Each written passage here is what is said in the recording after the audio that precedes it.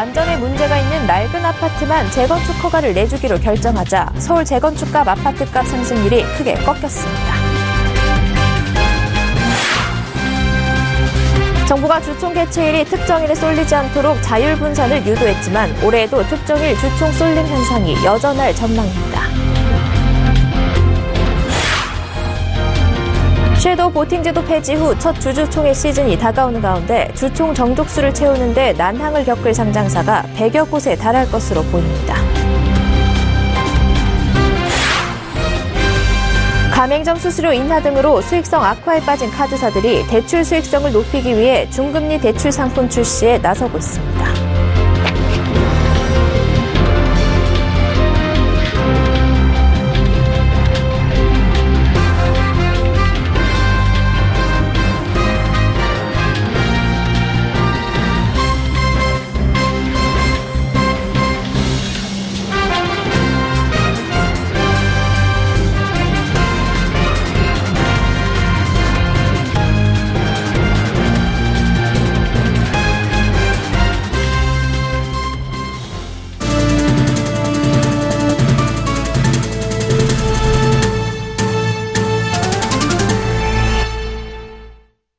시청자 여러분 안녕하십니까? 센 경제 현장 양한나입니다. 정부가 재건축 안전진단 기준을 강화해 안전에 문제가 있는 낡은 아파트만 재건축 허가를 내주기로 했습니다. 낡았지만 안전에 위험이 없는 아파트는 재건축 사업을 할 수 없게 된 겁니다. 이 같은 규제에 서울 재건축 아파트값 상승률이 확 주저앉았습니다. 정창신 기자가 보도합니다. 부동산 114 조사에 따르면 이번 주 서울 재건축 아파트값이 0.15% 상승했습니다. 올 들어 매주 0.7% 이상씩 상승하던 것과 비교하면 상승세가 현저히 줄어든 겁니다. 변동률 추이를 살펴봐도 올 들어 최저 상승률입니다. 이미 부동산 시장엔 오는 4월 양도소득세 중과 시행이 예고돼 있고 보유세 인상도 예상되고 있습니다. 이 같은 악재에도 꾸준한 상승폭을 유지하던 재건축 아파트값이 사실상 재건축 사업을 막는 정부 대책에 머리를 숙인 겁니다. 설 이후에 정부의 재건축 안전진단 기준 강화 방침에 따라 재건축 단지가 관망하거나 거래에 숨고르기가 나타나고 있습니다. 특히 오른 가격에 대한 수요자의 부담감이 큰 편이기 때문에 정부 규제로 재건축 시장은 타격을 받았지만 일반 아파트 시장은 큰 영향을 받지 않은 모습입니다. 이번 주 서울 일반 아파트값 변동률은 0.45%를 기록해 전주보다 큰 변화를 보이지 않았습니다. 되레 일반 아파트값 상승폭은 재건축 아파트값 상승폭을 앞서는 상황이 나타났습니다. 지난해 9월 15일 이후 23주 만입니다. 강남발 집값 상승세가 인근 지역을 끌어올렸지만 이번 규제로 강남권만 타격을 받은 겁니다. 업계에선 서울 지역 내에서 강남권과 비강남권 간 양극화가 나타날 것으로 관측하고 있습니다. 이미 안전진단을 마친 강남권 재건축 단지들은 정부 규제에 둔감하지만 양천, 노원구 등 안전진단을 받아야 하는 재건축 단지가 있는 지역은 악재가 되기 때문입니다. 서울경제TV 정창신입니다. 정족수 미달 주주총회 대란을 막기 위해 정부는 주총 개최일이 특정일에 쏠리지 않도록 자율 분산 프로그램을 마련했습니다. 적어도 주주들이 일정상 문제로 참여하지 못하는 걸 막기 위한 겁니다. 정부는 분산 개최에 참여하는 상장 기업에 인센티브를 제공할 계획이지만 특정일 주총 쏠림 현상은 올해도 여전할 전망입니다. 정은규 기자입니다. 올해 들어 하나와 CJ, SK 등 국내 주요 그룹들이 상장 계열사들의 주주총회 분산 개최를 잇따라 발표하고 있습니다. 특정일에 주총이 집중되는 탓에 주주들의 참여가 제한되는 문제를 풀기 위한 겁니다. 금융당국도 주주총회 집중일을 피해 다른 날을 선택한 기업에 인센티브를 마련하는 등 분산 개최를 적극 유도하고 있습니다. 예를 들어 해당 회사가 공시 위반으로 불성실 공시법인으로 지정되는 경우 벌점을 감경해주고 공시 우수법인 평가 때 가점도 부여합니다. 정부는 지난해 상장사 71%가 3일간 집중적으로 주총을 열었던 것을 두고 이 비중을 40%대로 낮추고 하루 기준 최대 200개 사가 넘지 않도록 하는 목표치도 제시했습니다. 그러나 전체 상장사 중 절반가량이 주총 일정을 잡은 가운데 이미 200개 넘는 기업이 한 날짜에 몰리는 현상이 발생했습니다. 다음 달 28일에는 모두 205개사가 주총을 열고 23일 170곳, 22일 114곳의 주총이 몰렸습니다.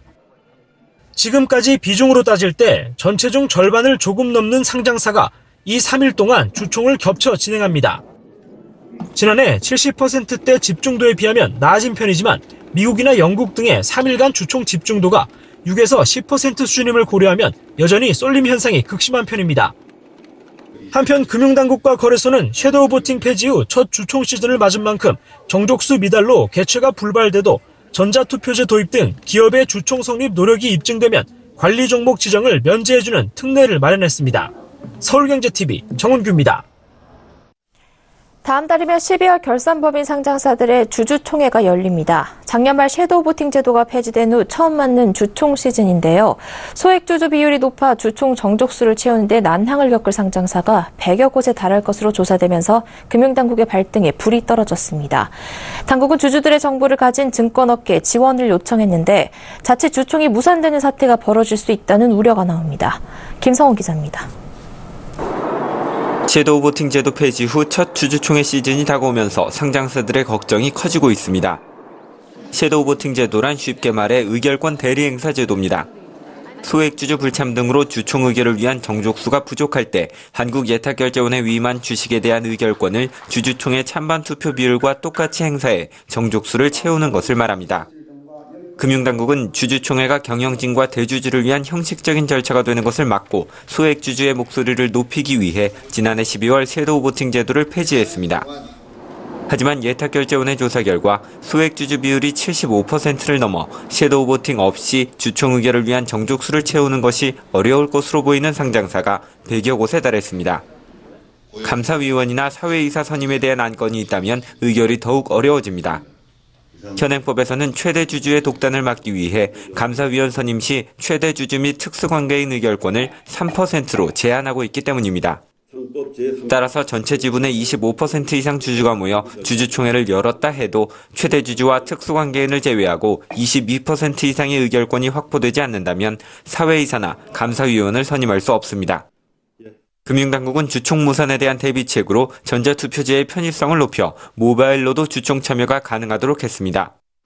김용범 금융위원회 부위원장은 어제 증권회사 사장단 간담회에 참석해 증권사에서 영업망을 활용해 소액주주에게 주총 참여를 독려해달라고 요청했습니다.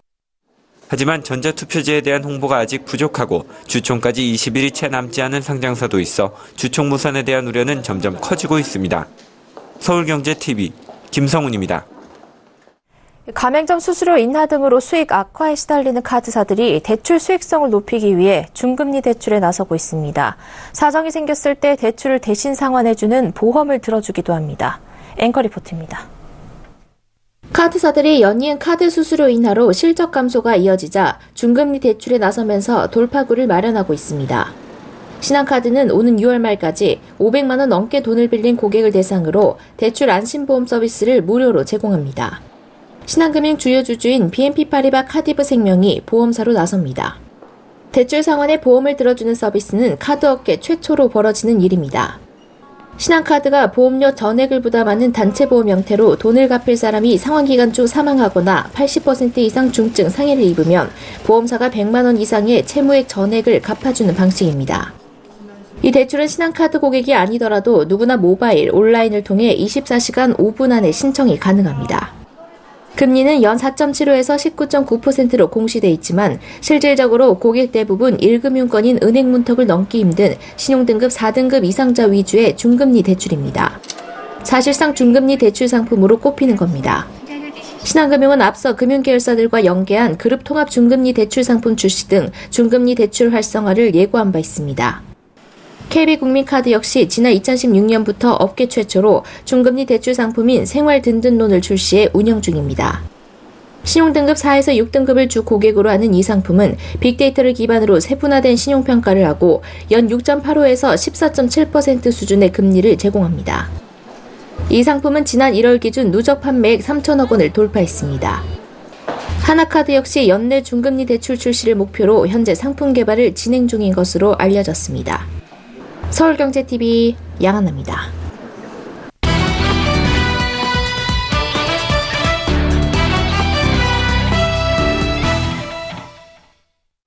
설 연휴 직전에 롯데면세점이 인천공항 제1여객터미널에서 철수한다는 발표가 나왔는데요. 이 롯데를 신호탄으로 해서 신라면세점과 신세계면세점까지 줄줄이 철수 카드를 꺼내고 있습니다. 제2터미널이 개장하면서 제1터미널에 입점해 있는 면세점들의 매출 감소가 불가피할 예정인데 이를 둘러싸고 임대료 인하 협상이 평행선을 달리고 있어서입니다. 이보경 기자와 자세한 이야기 나눠보겠습니다. 이 기자, 롯데에 이어 신라와 신세계까지 인천공항 면세점에서 철수한다는 얘기가 나온다고요. 네, 그렇습니다. 롯데면세점이 설 직전에 인천공항 철수를 발표한 데 이어서 신라와 신세계 면세점도 철수 카드를 꺼내들었습니다. 이들은 인천공항공사가 제안한 27.9% 임대료 감면안을 받아들일 수 없다는 입장입니다. 협상의 발달은 이 제2터미널 개장인데요. 제2터미널이 개장을 하면서 이용객 수가 급감했기 때문입니다. 지난해부터 공사와 면세점 측은 이런 사태를 예상하고 임대료 재조정에 나섰습니다.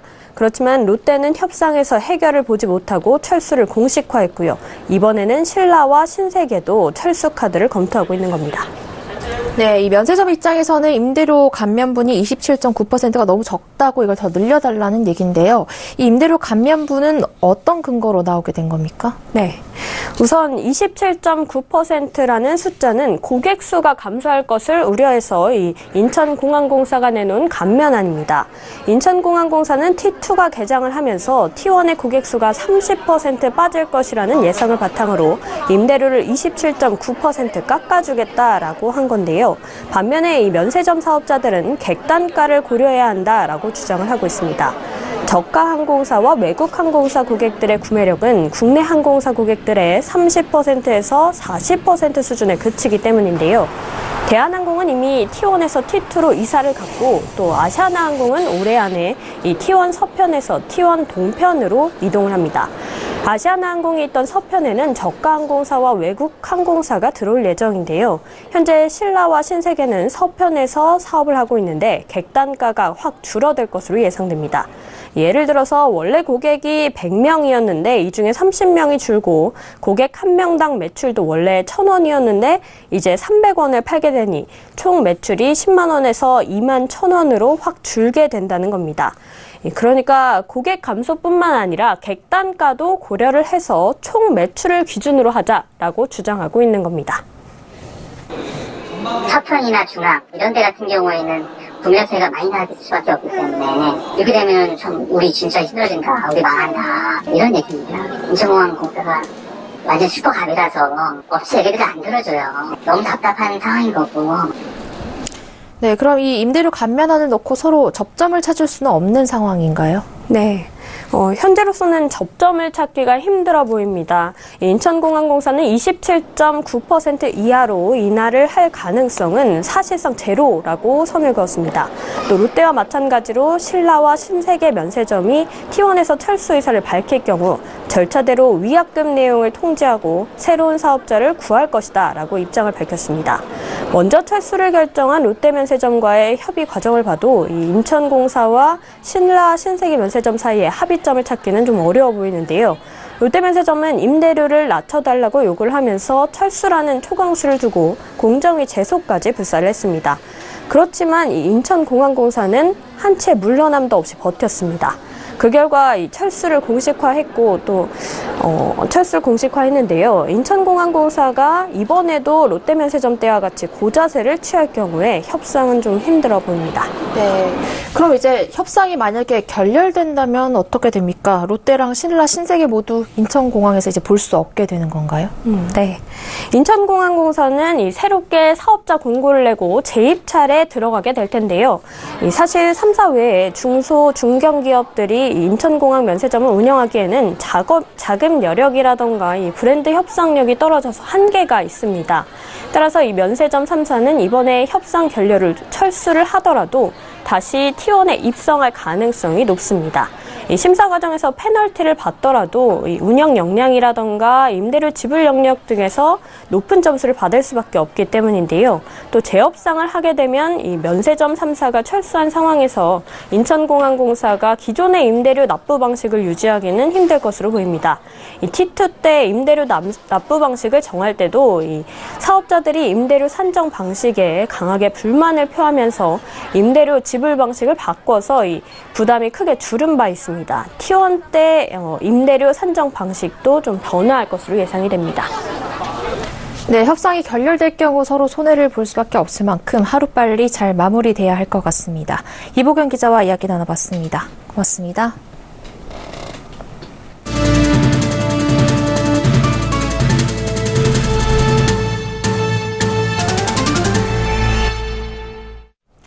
제너럴모터스가 한국GM에 빌려준 7천억 원의 채권 회수를 보류하고 부평 공장 담보 요구도 포기한 것으로 알려졌습니다. 업계에 따르면 이날 한국GM 부평 공장에서 열린 한국GM 이사회에서 GM은 이달 말로 만기가 도래하는 7천억 원의 한국GM 상대 대출금을 실사가 끝날 때까지 회수하지 않겠다는 입장을 밝혔습니다. 따라서 적어도 3월 말 정도까지는 GM이 7천억 원을 한국GM으로부터 찾아갈 가능성은 없는 셈입니다. 아울러 GM은 부평 공장에 대한 담보 요구도 하지 않기로 했습니다.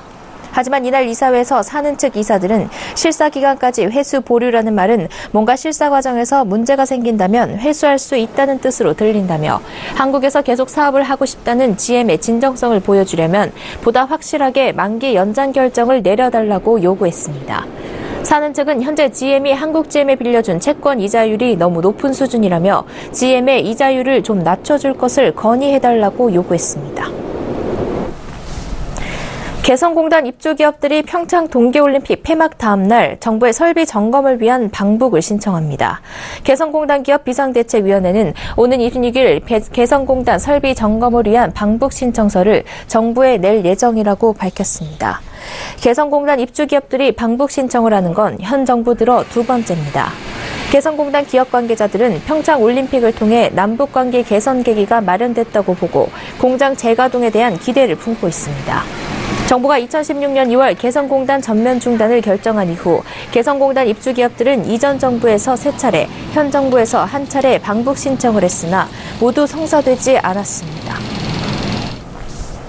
한국이 후쿠시마 수산물 수입금지 분쟁에서 일본에 패소했습니다. 세계무역기구는 일본 정부가 제기한 소송 결과를 공개하며 한국 정부의 첫 조치가 정당했지만 지속해서 수입금지를 유지한 것은 WTO 협정에 위배된다며 패소 판정했습니다. 정부는 이에 문제가 있다는 입장을 밝히며 즉각 상소하겠다고 밝혔습니다. 일본의 원전 상황 지속과 국민 먹거리 안전의 중요성을 고려할 때 WTO 판정 결과를 그대로 수용할 수 없다는 겁니다. 정부는 이번 패널 판정 결과와 상관없이 기존 수입 규제 조치는 상소 등 WTO 분쟁 해결 절차 종료 이전까지 그대로 유지될 것이라고 강조했습니다.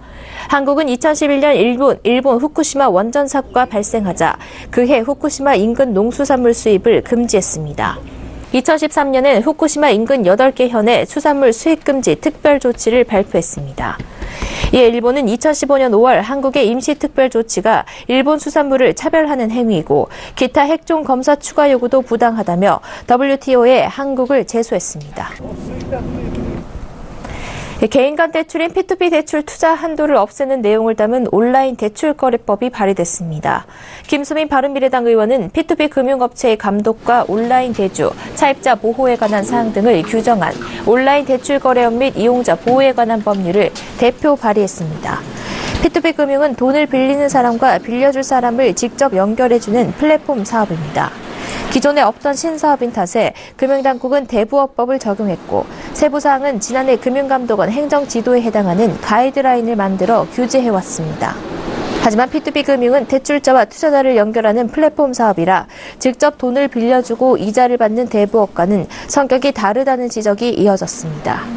오늘 발의된 온라인 대출 법안은 이 같은 문제에 착안해 P2P 금융을 온라인 대출 거래업으로 분류해 규정을 마련했습니다. 현재 1,000만 원으로 제한된 투자 한도는 사라집니다. 앞으로 항공기나 선박에 투자하는 특별자산펀드의 금전 차익과 대여가 가능해집니다. 금융위원회는 특별자산 관련 집합투자기구에 대한 금전 차익과 대여를 일정 범위 내에서 허용하는 자본시장과 금융투자업에 관한 법률 개정안을 입법 예고했습니다. 특별자산펀드는 증권과 부동산을 제외한 항공기, 예술품, 선박, 지하철, 광산, 지식재산권, 탄소 배출권 등 특별자산에 펀드 재산의 50% 넘게 투자하는 펀드를 말합니다. 투자 대상이 다양하고 새로운 분야의 상품 개발이 용이하다는 장점 때문에 대체 투자 상품으로 주목받아왔습니다. 금융투자업계는 실물펀드의 운용폭 확대와 펀드 활성화를 위해 특별자산펀드의 금전 차익과 대여 허용을 요구해왔습니다. CJ제일제당이 햇반 스팸, 냉동만두, 어묵 등 일부 제품 가격을 다음 달 1일부터 인상합니다. 인상률은 6에서 9%대 수준입니다. 지난달 우리나라를 찾은 외국인 관광객이 작년 같은 기간보다 21.7% 감소한 95만 6,036명에 그쳤습니다. 한국관광공사는 방한 중국 관광객을 비롯해 중화권 관광객이 감소하면서 지난달 방한 관광객이 줄었다고 밝혔습니다. 이후커는 방한 단체 관광객이 제한적으로 허용되고 춘절 연휴 전 대기 수요로 지난해 1월보다 46% 감소했습니다. 오늘 기온이 오르면서 전국적으로 미세먼지 농도가 가파르게 치솟았습니다. 오늘 오후 1시 기준 서울시 초미세먼지 시간평균 농도는 104 마이크로미터로 집계됐습니다. 서울시는 시내 전역에 초미세먼지 주의보를 발령했습니다.